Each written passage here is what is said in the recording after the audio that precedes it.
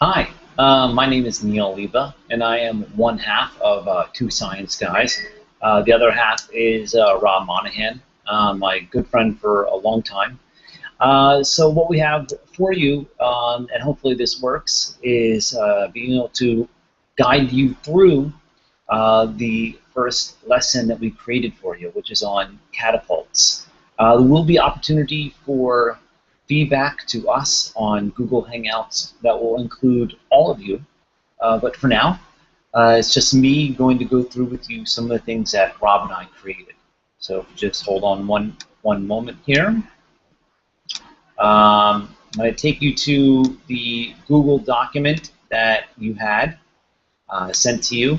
Everything will be done through Google Documents and Google Drive.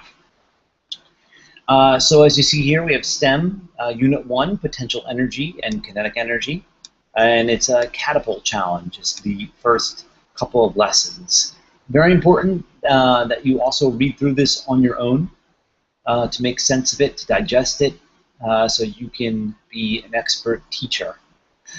So here are some, first of all, here's a picture of an old catapult or a wood catapult. Here's some video links for you, some interesting things about the Common Core, and some TED Talks if you like those. Great stuff to look over.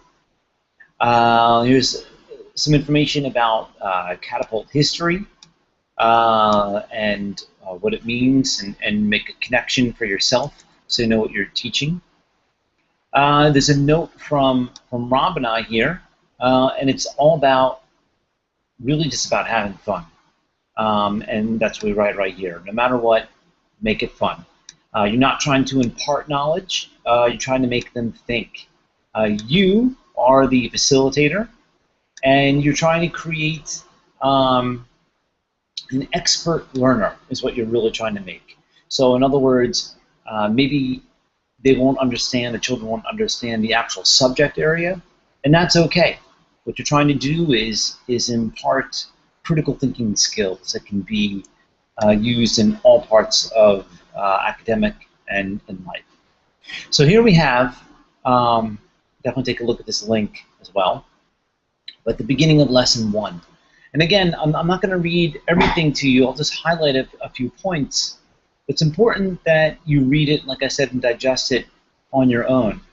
What you're going to do is form groups of 2 to 4, depending on your class size, and you're going to distribute just a single popsicle stick and a cotton ball.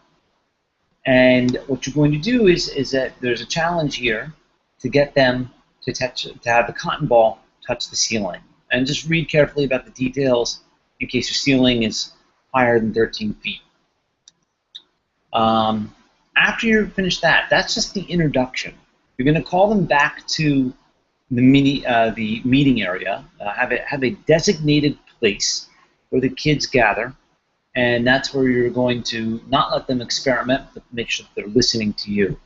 So this is the real lesson here, and they're going to be constructing real catapults, and it's the first time you've mentioned the word catapult. Before, in the kind of introductory area that we saw up here, you're not mentioning catapult in here. You're giving them a task to do and getting them excited about the lesson. Again, it's about having fun and thinking critically. All right, so we come back down to where you're talking and going over with them. You have your materials organized into large baggies. None of the students should have cotton balls, which are your projectiles, or marshmallows. And they are not, this is very important, they're not going to be testing the catapults at all during this part of the lesson.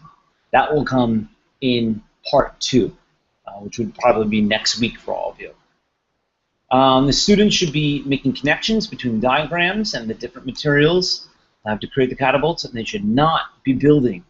So what they are going to be doing is planning.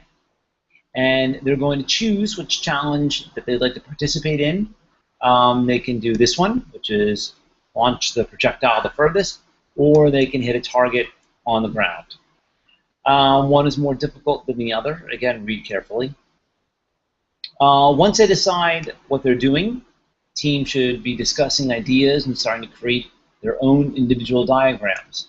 They'll fill out activity sheet 1, which they will have, and we will send to you for the Catapult lesson. Okay, now, coming to the end here, once each team member finishes the sheet, which includes their diagrams and predictions, very important, they may begin to build, not test, but they may begin to build with materials that are in the baggies, which will be pretty much popsicle sticks, rubber bands, and probably some tape. This is very important as well. The collaborative building is where you want to hear about their thoughts, take note of interesting things, and be able to share with the group later. In other words, I heard so-and-so talk about X, Y, and Z. Now, you're thinking about cleaning up. About 10 minutes left. Call everyone back to the area and explain the testing will begin next week and will be done in a controlled manner for safety. We'll go over this next week, but you don't want students firing away marshmallow after marshmallow or cotton ball after cotton ball. That's not a good science program. That's not going to be an atmosphere for learning for anybody, and that's just going to be chaos and not controlled chaos. It's not what you want. So we'll talk more about how to do the testing next week, but you will be controlling that. So what teams can do is demo their catapults after checking with you and receiving the projectile. So that's the demo part, and that's maybe you can control that just one time.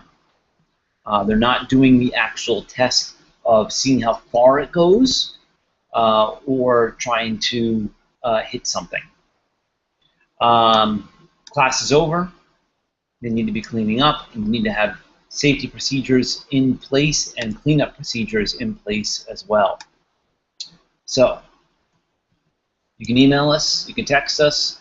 I'm pretty sure the directors have all our information, and you should have our information as well.